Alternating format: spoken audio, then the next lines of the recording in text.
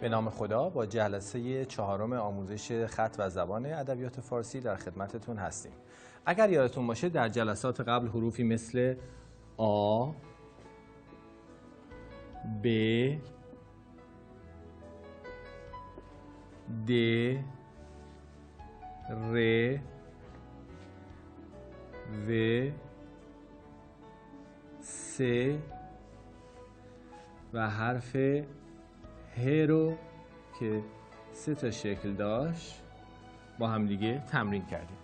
در این جلسه حروفی مثل ای که این هم چسبان و غیر چسبان داره، حرف بعدی ش که اون هم مثل حرف س چسبان و غیر چسبان داره و حرف ه رو با هم دیگه تمرین میکنیم.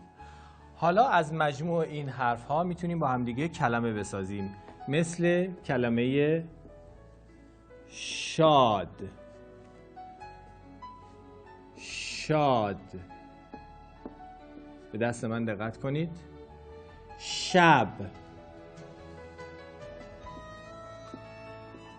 شب.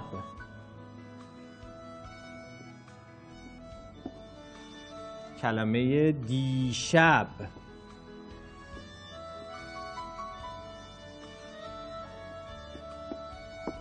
دیشب.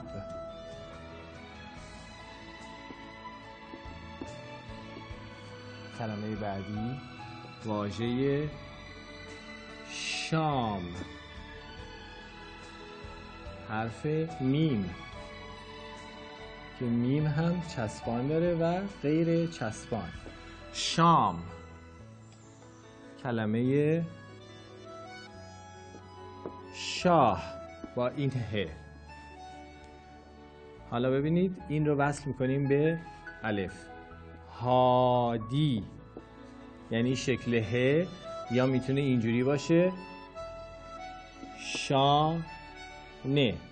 3 تا شکل حرف ه رو اینجا میبینیم، این شکل، این شکل و این شکل. ه، ه، ه. شاه، هادی، شانه.